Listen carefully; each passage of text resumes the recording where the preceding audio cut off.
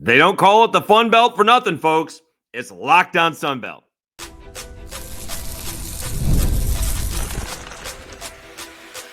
You are Locked On Sun Belt, your daily podcast on the Sun Belt Conference, part of the Locked On Podcast Network, your team every day. All right, Dave Schultz, Locked On Sun Belt, your teams every day. Today's episode brought to you by FanDuel. You can get a big return on FanDuel. New customers can place a $5 bet, and you'll get started with $150 in bonus bets if you win your first $5 bet. Visit FanDuel.com to get started. All right, so a little chaos, not quite as much as it would appear. Obviously, App State in a whiteout, if you will, man-made in this case. Nature, not man-made, but nature with the snow, takes down JMU, and Georgia State beats Texas State in a wacky ball game. But certainly things did somehow, work its way out. We'll go over all of it. We'll recap the hoops. We'll do that on Tuesday.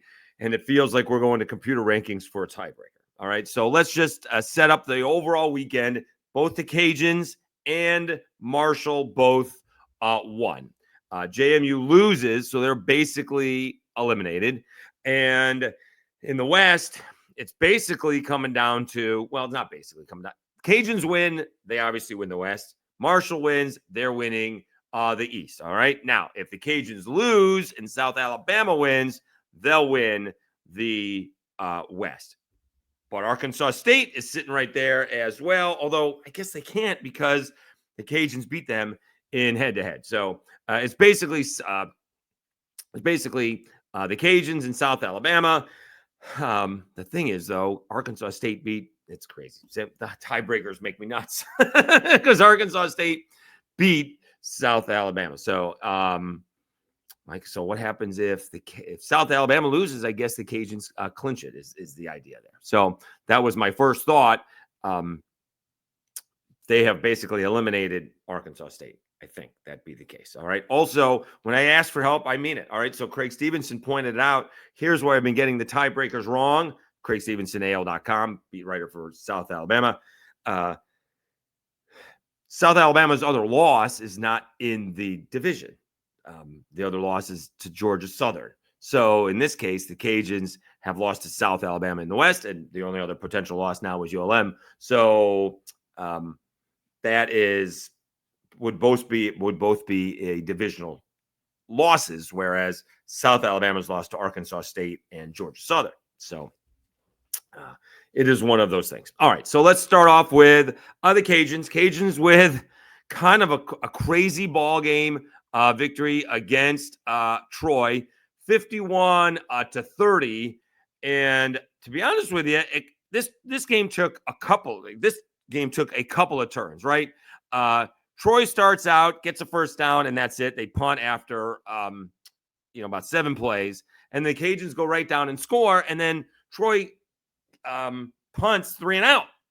And I'm thinking that the Cajuns have a chance to take control. Doesn't happen. Cajuns go 3 and out, and then Troy scores 14 straight points. They take a 14-7 lead, and that's when the game turned. A couple of things happened. Apparently, Troy did cheer in between the quarters as if they had just won the ball game, or the game was heading to the fourth, or the fans noticed it, the players noticed it, and obviously the Cajuns players did not appreciate it because it was very early in the game, still in the first quarter. So what happens on the following the touchdown from Troy, Robert Williams, playing in place of Zylan Perry, has a big-time return, 44 yards to the UL 45, and 4 plays later, the Cajuns are in. Bill Davis, one of his 3 touchdowns, I believe.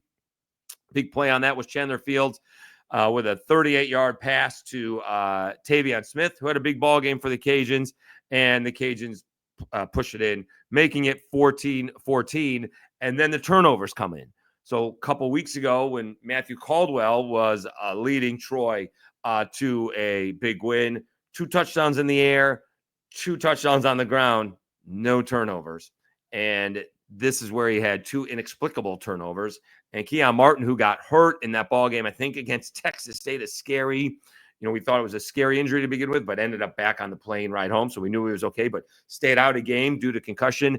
Not only did he have 2 interceptions, he almost had a third. All right. That if one of his players didn't run into him, he would have had 3 interceptions in the game, made 2 spectacular catches, and that all of a sudden the game got away from Troy. And it is 31-14. And the Cajuns have a chance to put it away. They got a chance to make it and take it. And they scored 6 points. They kicked a field goal at the end of the first half, and they kicked a field goal to begin the second half. And Kenny Almendares has had such a sensational season, a sensational career. I think I read he leads the nation with 25 field goals. He's missed a complete 2, and I think one of them was like 56, and the other one was 60. So he has been money all season long. The problem is he's made the most field goals in college football, and the Cajuns have missed out on, well, not missed out, but, didn't convert as often as they should have in some of these ball games, although most of them they won. I don't think that was the issue with Tulane, although it was the issue with South Alabama, right? Kicking field goals instead of making touchdowns. And so instead of going up 45 to 14, they're up 37-14. And all of a sudden, Troy gets back in the ball game, and it's a 37-30 ball game. And then Robert Williams takes it to the house, as the kids like to say, and returns it all the way for a touchdown. And that was your ball game. Cajuns tacked one on late because Troy went for it on 4th down and I think got sacked.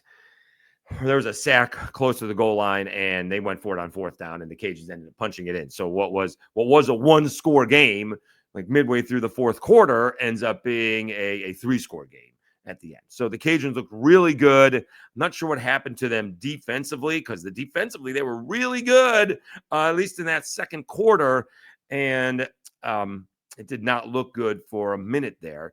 And as far as Troy is concerned, Jared Parker is going to have this team going in the right spot. All right. We'll see if Goose Crowder comes back. I like where Troy is.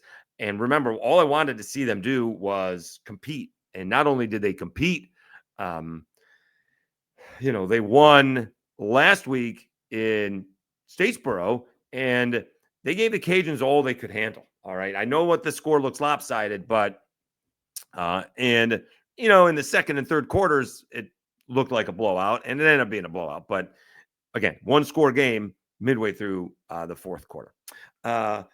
Dave Schultz, Locked On Sunbelt, your team every day. Meanwhile, Marshall had their hands full with ODU, and ODU just would not go away. They could not.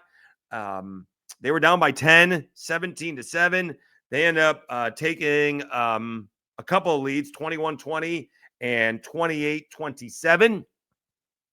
And just could not get the stops later on. Marshall wins the ball game 42-35. A lot of points. You want to hear? We mentioned Mike Green and the defense. If Marshall wins the division, he could get it. Not a whole lot of defense in this ball game. All right, these are the second half possessions. This is the way the second half began. ODU touchdown, Marshall field goal, ODU touchdown, Marshall punt. Marshall got a touchdown, and then ODU with a touchdown, Marshall with a touchdown, ODU with a touchdown, Marshall with a touchdown. There was not a whole lot of defense. It went back and forth a lot in there. I guess there's a turnover in there.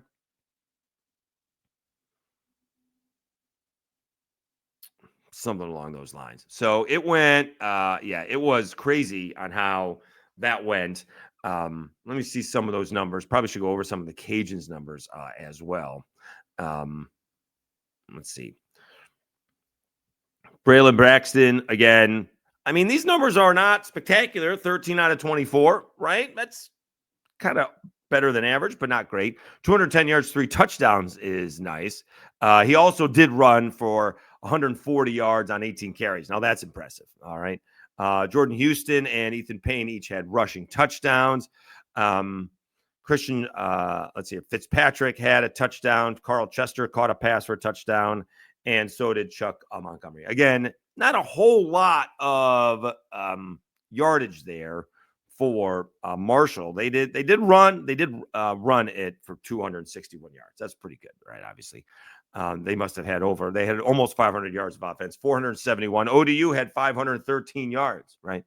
I guess people are going to be talking about Ricky Ronnie, and Old Dominion leads the nation in one-score ball games. This was another season, and so many of their ball games early on this year and now later on this year have been decided by one score, and this is the woulda, shoulda, coulda year for Old Dominion. They absolutely could have won a few of these ball games that they didn't, and amazingly, the game ends up 42-35. It was 3-0 at the end of one. Marshall led 3-0 at the end of one, and it ends up being 42-35 Marshall.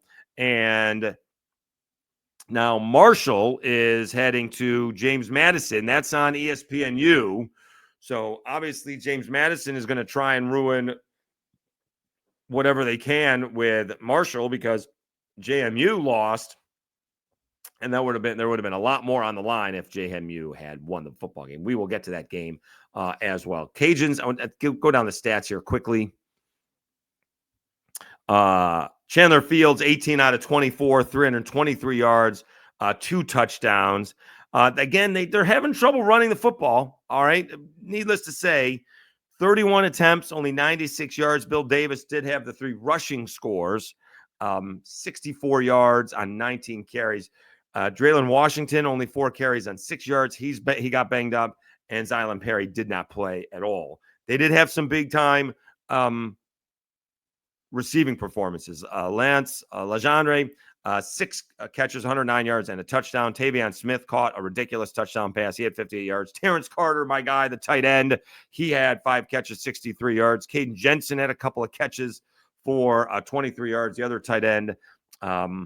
Again, Matthew Caldwell, again, the 4 touchdowns looked really good, but he had 2 interceptions that really turned the ball game. 26 out of 42, 230 yards. Devontae Ross had a spectacular game. He was outstanding. 8 catches, 95 yards, and a touchdown. Brody Dalton caught a touchdown pass. Trey Schwartz caught a touchdown pass, and so did Brody Dalton.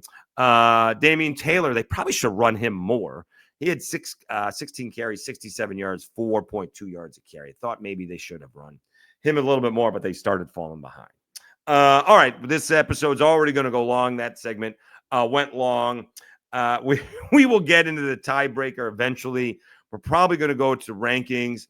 We're just going to presume, because the other way is going to make my head hurt, that both the Cajuns and Thundering Herd will win. And then it's going to go to computer rankings if the Cajuns are not in the college football playoff rankings. If the Cajuns make somehow the college football rankings either this week or following this next weekend, they will host. We may not find out who's hosting it for a minute, which doesn't give you a whole lot of time to prepare, but it is what it is. I haven't even heard of these computer rankings, but as they say, it is what it is. All right, we'll come back. Georgia State upsets Texas State, and the season keeps on spiraling in the wrong direction for the Bobcats. It is Locked On Sunbelt, back after I tell you about FanDuel.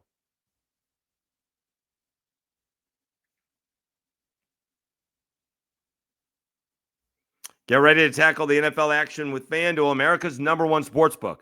Because right now, new customers can bet $5, get $150 in bonus bets if you win. The FanDuel Sportsbook gives you everything you need to place live bets on the NFL all in one place. So when you get a hunch in the middle of the game, you can check out the latest stats, view live play-by-play, and so much more on the same page where you place your bets. Just visit FanDuel.com to join today. You'll get started with $150 in bonus bets if you win your first $5 bet. That's FanDuel.com. Never waste a hunch and make every moment more with FanDuel, an official sportsbook partner of the NFL.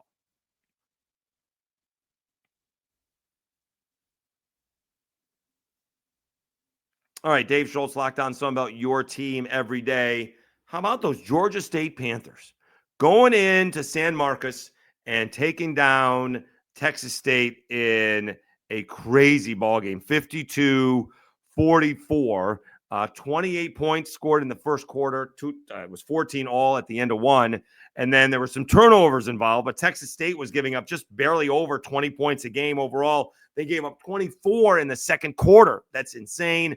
And then they put 23 on the board in the fourth, but it wasn't enough as Georgia State, Christian Veyer, leads them to the 52-44 win.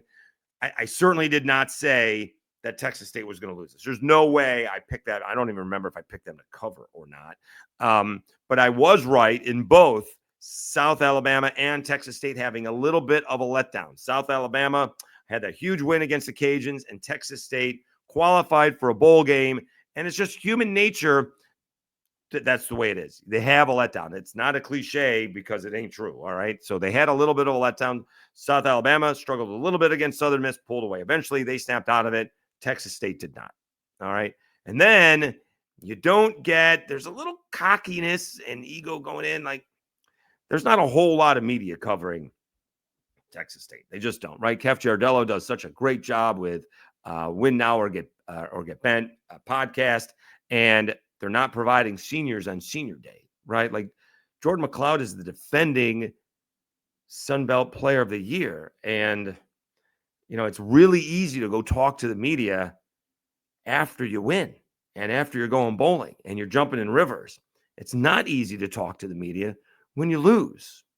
And this was, don't make any mistake about it, this was an embarrassing loss. All right. It's one thing if it's 27-24, 31-27, and it's kind of back and forth. This game got away from them. And I know it was 52-44 is your final score. Georgia State's had offensive issues for a long time. This game was 45-21. So it was not nearly that close as maybe the score would indicate it. But let's just go back and see what Georgia State has scored. All right. They scored 20 against Arkansas State. They scored 7 against James Madison. They did put up 27 against UConn. They put up 33 against App. They put up 20 against Marshall, 14 against Old Dominion. Georgia Southern, they scored 21. They did score 36 in their biggest win against Vanderbilt, which I guess looks bigger now. I don't know. And they scored 24 points against Chattanooga. They gave up 12. They scored 12 points against Georgia Tech, scoring 52 points against Texas State. It's an embarrassing loss. All right. The way Texas State played in that ball game. And when you lose like that, you got to stand up and say, yeah, we lost. We stunk. It's not about playing at the next level. It's about accepting responsibility. And, you're facing the music for a grand total of, 3 minutes, right? There's no one in Sun Belt media is grilling the players on why they played poorly. What happened basically is the question. And you might get another question in there. Someone's going to ask about your experience, with the Bobcats and how, the seniors, if they stuck around, right? We always hear this class. Mike Desmo said it about the Cajuns, and I'm sure GJ Kinney says it about, the Bobcats. I don't know how many seniors they had from before he got there, right? How many players stuck around? He turned it over, right? If there's a handful of players, what's it like seeing what the team was and what the team is now? I know the loss isn't great. I'm sure it was a big crowd, right? You're going bowling, right? Still got one more game to go. You need to face the media for a handful of minutes and you get it over with. And, I don't know if it's character building is the thing, but, I always complain about when the refs make an awful call and don't face the media when, the players are expected to do so. And when you hide the players, that's not cool. That's not the way it should be. I'm a big GJ Kinney fan. I love the direction that Texas State is in, but, when things don't go your way, you got to step up and say things don't go our way. All right, let's see what else. Again, this is going to be a long episode because let's do South Alabama now. All right, so we talked about, them getting off to a slow start. Southern Miss was winning this ball game 8-0. Gio Lopez, again, not spectacular numbers, 15 out of 24, 193 yards isn't bad. The 3 touchdowns is impressive. Fluff Bothwell, again, 6 carries, 104 yards with 1 touchdown. Southern Miss, I should say South Alabama did pull away. It was 14-11 at half, and then they put up 14 more points in the third. So that made it 28-11 going into the fourth quarter, and it goes 35-14. Tate Rodemaker, 15 out of 27, 108 yards and a touchdown. Just been so many issues for Southern Miss, and quarterback is one of the key ones. Rodriguez Clark actually carried the ball 12 times, 115 yards. That's impressive. So South Alabama, all of a sudden, looking at, they're hosting Texas State. Could they go 7-5? Could they get back to 8 wins? Right? Nothing stopping them from doing that. Their biggest challenge was going to be, the Cajuns game, and they took down the Cajuns, stopping Chandler Fields on a 2-point play. And you knew they were going to beat Southern Miss, although they didn't cover. I think it was like 22.5. And I know I picked South Alabama to do that one. So I got that one wrong. And so, here we are, and they can beat Texas State. We'll see what kind of mood, and that's part of the maturity. We'll see if Texas State falls behind and falls flat again. We'll see what happens if they bounce back. We'll see if South Alabama, another situation, are they going to say it's senior day? That's going to be a little bit different, right? It's not really a trap game or a letdown game. You did qualify for a bowl, but it's senior day. Although I've had plenty of coaches tell me that senior day is really tough because there's 2 focuses on playing on your last game, and you're with family and stuff like that. So we shall see. But South Alabama bouncing back and could get that 7th win and very easily go win a bowl game. And all of a sudden, Major Applewhite's got an 8-win team, 8-win season. Right, which is kind of cool. All right, let's take a timeout. We'll go over the rest of the Sun Belt when we come back. Georgia Southern with a big win. App State with a big win. Do we think we'll get into this later? We're waiting if we're going to get a Southern Miss coach this week. We could see that. That's a possibility. It is the last week of November. So lots to go over. We'll go over the ball games. And again, we'll wait for basketball to talk about on Tuesday's episode. Arkansas State, as you see, survives. ULM really does survive. We'll talk about that when we come back after I tell you about Game Time.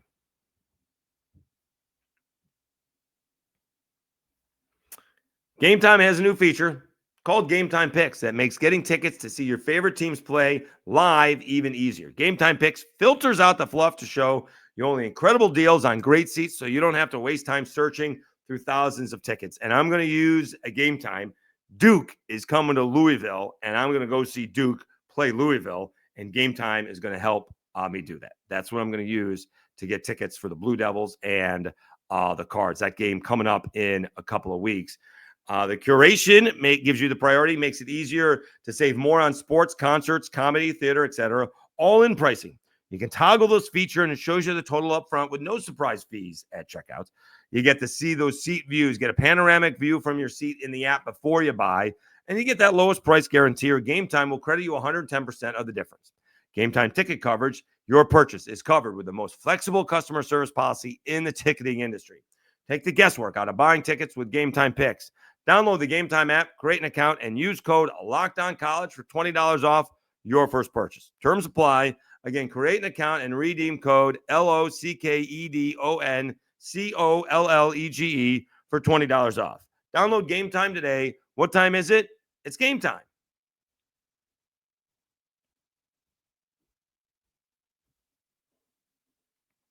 All right, Dave Schultz, Locked On Sun Belt, your teams every day. It's only taken me 2 full years to get that down. Or Arkansas State survives ULM. Arkansas State's had a heck of a season. All right, they're going bowling. They beat ULM 28-21. Jalen Rayner, 18 out of 26, 170 yards, 3 touchdowns. He's been so clutch at end of ball game situations, right? And that was one of the things we've been talking about. We talked about it before the season started, and he's certainly lived up to it this season. Kind of battling, when it doesn't matter what we've done in the first 55 minutes. If I can win the game in the last 5, that's what's important. Zach Wallace had a big ball game, 130 yards on 18 carries and a touchdown. Courtney Jackson caught 6 passes for 69 yards. Still more the same with ULM. Not a whole lot of offense, although Ahmad Hardy has been outstanding. 30 carries, 204 yards, 2 touchdowns. I mean, he is something special. Aiden Armenta, 11 out of 20, 237 yards, a touchdown. Interception at the end of the game. It had 2 minutes left, so he was forcing it maybe a little bit too soon. They had a shot, but this is where the game turned. It was 21-all. I don't think Arkansas State trailed in this ballgame. Let me make sure if that's the case. Arkansas State. Oh, no, ULM did. Oh, ULM did jump out on top. 7-0. My mistake. So it was 7-0, then 7-7. Arkansas State took the lead 14-7. ULM tied it up. Arkansas State made it 21-14. And then ULM tied it up. And this is where the game changed and where hairs turn gray. 3rd and 8, incompletion from the Arkansas State 41-yard line, 8 minutes, 11 seconds left to go. ULM is going to get the ball back with a chance to drive down and take the lead. Except ULM's defensive line pushes Jalen Rayner late. I don't think it's a whole lot of roughing, but I went back and looked at it. There's no reason to push the quarterback after that. The quarterback had already let the play go. You took a step, there's no reason to do what he did. And when you know it, the next play was a 44-yard touchdown pass to Courtney Jackson. The next play. Yeah. So instead of getting the ball back and having a chance to win the ball game and go bowling and cap off what has been an amazing season for ULM, they've now lost 5 in a row. For an inexplicable half a second, there's no reason for that to be called. There's no reason for the defensive lineman for ULM to do that. Just none at all. It's 3rd and 8. He's throwing off balance. Just don't hit him. Just don't touch him. Again, I don't think it was I don't think it was roughing, but they call it. The ref's looking right at you. You got to be smarter. I would even say sometimes these guys just don't know what the situation is. I don't understand it. They get caught up in it. I know they're college kids. Cajuns had some situations at the end of the first half. Why they're not running out of bounds? Why are they cutting inside for 2 more yards instead of cut and going out of bounds and stopping the clock? I don't understand it. So there's no reason to commit that penalty, and it cost ULM a chance to win their 6th ball game, and now they're two score underdogs at home to take on the Cajuns. And it wouldn't be the first time that ULM has upset the Cajuns, but it would be about as deflating a loss for the Cajuns that you can have. They have to stop Ahmad Hardy. I don't even know if you have to rush Aiden Armenta all that much, but they're going to try and stop the run. And even when you try to stop the run, you're still giving up 206 yards. He's dynamic. He is obviously your freshman of the year. I would not be surprised. How about this one? Would not be surprised if he's the offensive player of the year. Ahmad Hardy could be, not only is he going to be your freshman of the year, but he could very easily be the offensive player of the year. We'll see who the overall player of the year is. It's going to be tough to pick the player of the year from what is going to be a 4th or 5th place team. That's going to be tough. But Ahmad Hardy is going to be probably your offensive player of the year. Would not be surprised if that happened. So Arkansas State gets to win 28-21. They improved to 7-4. They are hosting ODU. ODU doesn't have a chance to go to a bowl game, but they came down a couple years ago and gave South Alabama all they could handle. So that was the day after. Yeah, that was right after Thanksgiving as well. So Arkansas State needs to be aware they are undefeated at home. They could pick up their 8th win this season. All right, how about Georgia Southern? Coming off a really bad loss to Troy, they go down to Coastal and handed it to Coastal Carolina 26-6. Georgia Southern gets their 7th win, still very much in the race in the East. They scored 10 in the first and 13 in the fourth.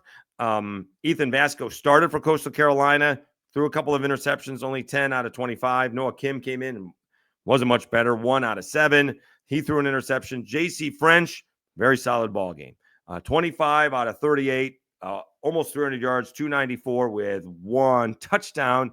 Not a whole lot of running from Georgia Southern. They were passing it very effectively. Jalen White, only 46 yards on 13 carries. Derwin Burgess Jr., 8 catches, 98 yards. Marcus Sanders Jr. had a touchdown, 2 catches, and 51 yards. Georgia Southern did what they had to do and get that win to make the upcoming weekend a big one. And the defense played well for Georgia Southern, not giving up 300 yards. Coastal Carolina had a grand total of 12 first downs and were 2 for 12 on third down and 0 for 1 on fourth down. So that's a great job. Whereas offensively, Georgia Southern did a good job controlling the ball, 8 out of 17 on third downs and almost a 2-to-1 time of possession. 38 minutes, 45 seconds for Georgia Southern, 21 minutes, 15 seconds for Coastal Carolina. So Georgia Southern, big win. They forced Marshall to have to win. If Georgia Southern had lost, as JMU did,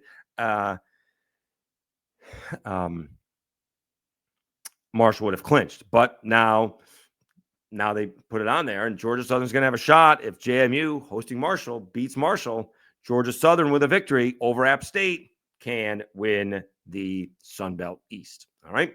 So let's get to App State. They, had a big ball game, 34-20 over JMU. JMU actually jumps out to a 7-0 first quarter lead. And then App State puts 24 points. And I think JMU was giving up less than 20 points a game. And App State scored 24 points in the second quarter. Unbelievable. There was a fumble and a touchdown on a punt, but it went from 14-0 JMU to 24-17 App at half. My goodness, that's a quick turnaround. Turnovers and special teams get overlooked, and that doesn't take much to figure it out. That's how the Cajuns turned it around, both with turnovers and special teams. And in this case, it was JMU's falling, and App State took advantage of it. Nice big crowd. It's been a miserable season on the field. They actually have a chance to go bowling. They have to beat Georgia Southern to do that, so plenty to play for App State in this one. If they had lost this one, they wouldn't have been able to go bowling. So plenty to play for, taking on their rival, the Eagles. And JMU, that's a disappointing loss. The way it played. And we saw they had some video of some, people throwing ice balls. I mean, what are we doing? Right. So many people have come to the aid of App State and the Boone community, which everybody loves. I mean, I hope people don't think we're mocking it when we're calling it, lovely Boone, North Carolina, because it is. And, I saw all of the, Sun Belt community, put together aid packages and sending money and doing what they can. And, a couple of drunk guys, maybe students, I don't know, we're just going to throw ice balls and snowballs at the football players because, they're wearing helmets. Stop. What are we doing? Come on. Think a little bit before you act. And maybe alcohol was involved. That would be surprising anyone. But that's a little bit disappointing. From the App State fans from that side of it. But, I don't know if I realized Joey Egler was a senior, but I think his mom got on there and say, how much they appreciated being there. And he didn't play quite as well this year as he did last year. Way too many interceptions, but he goes out on a high note at home. And obviously they got a shot, to, I don't know about, I guess, ruin Georgia Southern season. Georgia Southern's already going to a bowl game, but a win for App would prevent them from winning the Sun Belt Conference, and it would also send App State bowling. So still lots to play for next week. That is for sure. I think we got to all of them, right? I think we got to all of the ball games, right? Yes, we did South Alabama, Southern Miss, Cajuns and Troy, App and James Madison, ULM, Texas, Arkansas State, Georgia Southern, Georgia State, and Marshall Dominion. Correctly. All right, so quickly, let's do this.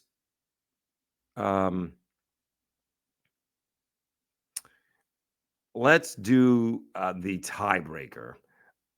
for this, because this is what it could come down to. If the Cajuns and Marshall both win, and neither one of them are ranked, if no teams are ranked in the latest CFP Selection Committee rankings going into the final weekend of the conference regular season, a composite average of selected computer rankings, Anderson and Hester, Macy, Kale, and Wolf, that include all games on the final weekend of the conference regular season, will be used to determine the host.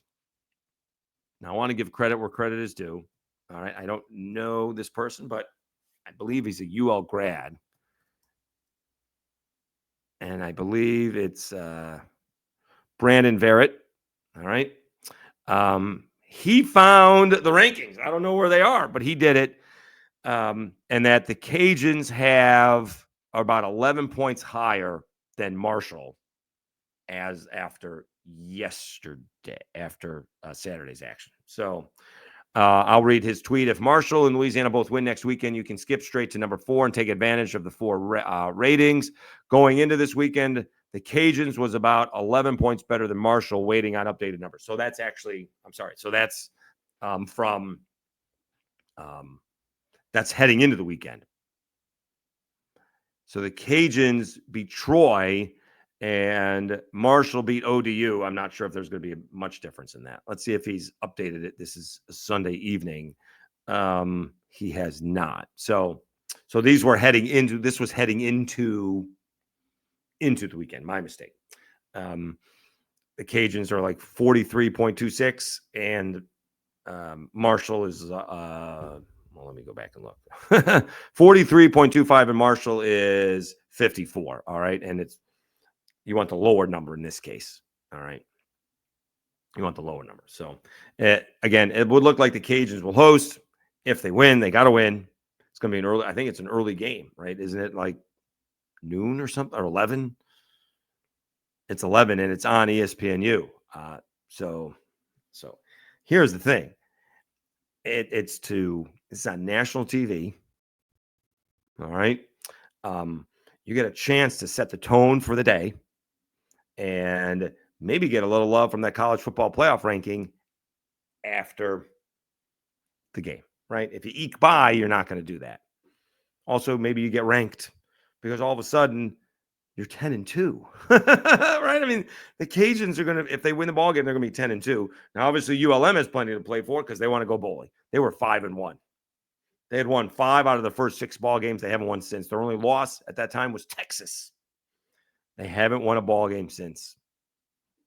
Schedule got harder, admittedly, but they had a shot to beat Arkansas State. They've had a shot to win a couple other games, and they have not been able to manufacture the offense, and the defense is going to end up getting tired. All right. Episode went way long. Really appreciate your guys' support. I think we're at almost, I didn't look at it all weekend. 1,638 was the last check I had. So almost, we're almost at, no. All right. So we gained one over the weekend. 1,639. Remember, it's a drive for 2025. All right. We got like 5 weeks left. 31 and 7 is 38. So almost 6 weeks.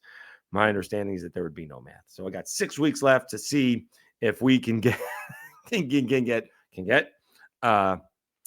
get over 300 subscribers. I hope we can do it. It'd be a nice holiday gift. All right. Really appreciate it. Thank you so much. We'll do basketball and look at the weekend that was for tomorrow's episode. So hang tight for that. But really wanted to concentrate on football. We'll do the bowl projections as well. I saw the CBS Sports had the Cajuns taking on Sam Houston State in the New Orleans Bowl. That's not what they're hoping for. I can tell you that. All right. Again, everybody have a sensational Monday. Hope you had a good weekend. And again, thanks for the support for the channel. You've been listening and watching to Locked On Sunbelt, your teams every day.